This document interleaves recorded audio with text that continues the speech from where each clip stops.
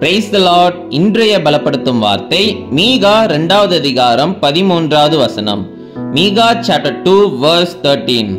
தடைகளை நீக்கி போடுகிறவர் அவர்களுக்கு முன்பாக நடந்து போகிறார். The one who breaks open the way will go up before them.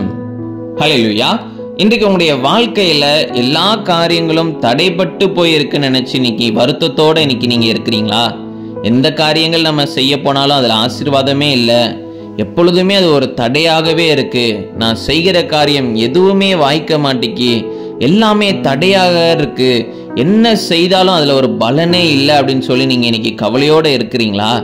இன்றைக்கு வேதவசனம் சொல்கிறது, உங்க வாழ்க்கையில இருக்கிற எல்லா தடைகளையும் நீக்கி போடுகிறவர் உங்களுக்கு முன்பதாக நடந்து போகிறார் என்று.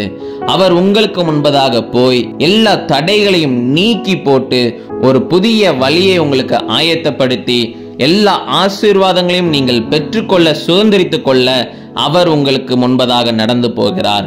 அதனால எதை கண்டும் சோர்ந்து போகாதீங்க, சூழ்நிலைகள் இப்படி இருக்குதே நினைச்சு கவலைப்படாதீங்க.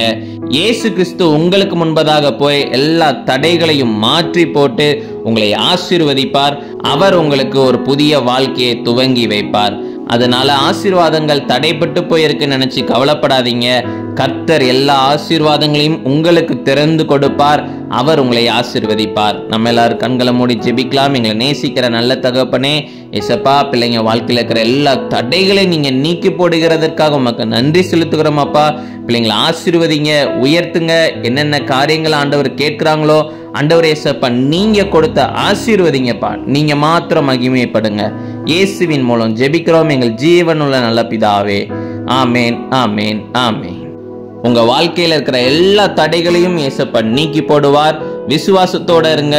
God bless you. Have a blessed day.